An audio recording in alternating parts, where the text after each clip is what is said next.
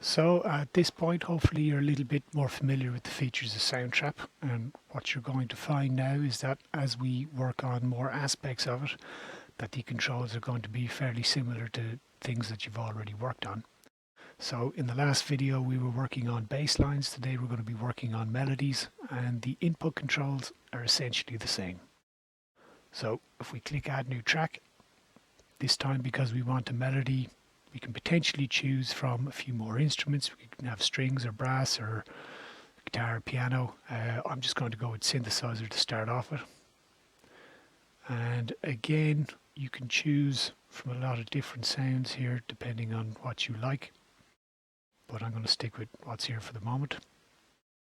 Just like with the bass, you can manually play the notes on your keypad or in your iPad by using the letters on your laptop or by touching the screen for the iPad. And over here we can also input the notes using the piano roll in the same way as we did for the bass. Now, one thing to be mindful here is that when we were inputting bass lines, we said to stay around the C0 to C2 range roughly. And when it comes to inputting melody, you probably going to be higher up, so maybe C4 and upwards, something like that. So I've once again prepared some examples of melody to help you get a bit of a foundation in your compositions. So this first one here, if I double click on it, we can have a look at the pattern. And you can see straight away there that we're up around the C4 range. And if I hit play, so you can hear that I have it looped there for the first few notes. I'm going to extend that a little further to include the full bar.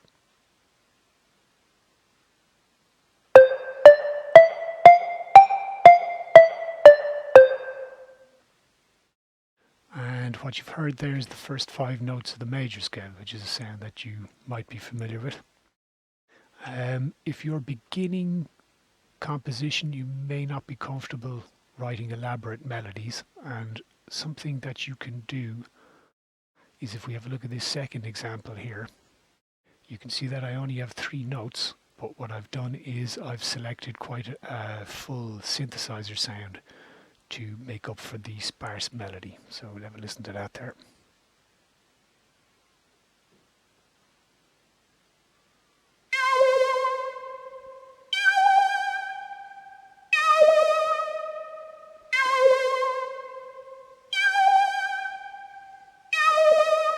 So you can hear that the busy sound effect compensates for the fewer amount of notes. So that is potentially a good option for beginner composers if you just want to minimize the amount of notes you have to compose and rely a little bit more on the sound of the synth. In this last example here, I have written a more elaborate melody. I'm going to move the looper again, just so we can stick on this one bar. And if we have a listen there,